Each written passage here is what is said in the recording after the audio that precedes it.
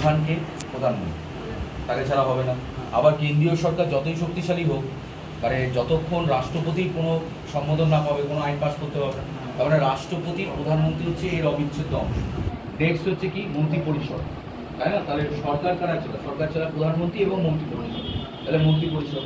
এইবার এই অপশনটা দেখো কি আছে, তাহলে কে কে আসলো? প্রধানমন্ত্রী, রাষ্ট্রপতি আর মন্ত্রী পরিষদ। এটা কি আছে তো? তার সাথে কাকে অ্যাড করেছে? উপরাষ্ট্রপতি, মন্ত্রী পরিষদ, রাষ্ট্রপতি, উপরাষ্ট্রপতি, মন্ত্রী পরিষদ, লোকসভা স্পিকার আর দ্বিতীয় আছে রাষ্ট্রপতি, প্রধানমন্ত্রী। দেখো ডেপুটি স্পিকার লেখা আছে একটাতে, ডেপুটি চেয়ারম্যান অফ রাজ্যসভা নাকি chairman of Rajya Sabha, deputy chairman Lok Sabha speaker. Deputy chairman, chairman হচ্ছেন রাজ্যসভার, রাজ্যসভার চেয়ারম্যান হচ্ছে উপরাষ্ট্রপতি।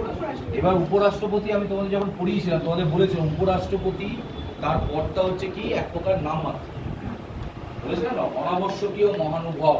অর্থাৎ উপরাষ্ট্রপতি এটা হচ্ছে সেকেন্ড ইন কমান্ড হলো, সেকেন্ড ইন পজিশন হলো, তার পদের সে অর্থে মূল্য নেই। তাহলে সেই জন্য এখানে আমরা কি করবো, এখানে আমরা দেখো কোথা থেকে পরিচালিত হচ্ছে, যেহেতু লোকসভা, তাহলে লোকসভাকে ইনক্লুড, সরকার কোথা থেকে নির্বাচিত হচ্ছে? লোকসভা। তাহলে লোকসভা মানে লোকসভাকে পরিচালিত করছে কি? স্পিকার।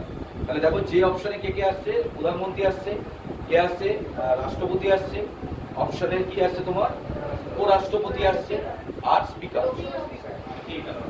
তাহলে চারটে আসছে। যেহেতু সরকার কোথা থেকে গঠিত হচ্ছে, সরকার গঠিত হচ্ছে লোকসভা, কনসেপ্টটা বলছি। এই চারটে কোথাও আছে? চারটে কোথায় আছে? আবার বলছি শোনো, আমাদের যে কেন্দ্রীয় সরকার নির্বাচিত হয় কিসের মাধ্যমে? লোকসভা, লোকসভার মাধ্যমে।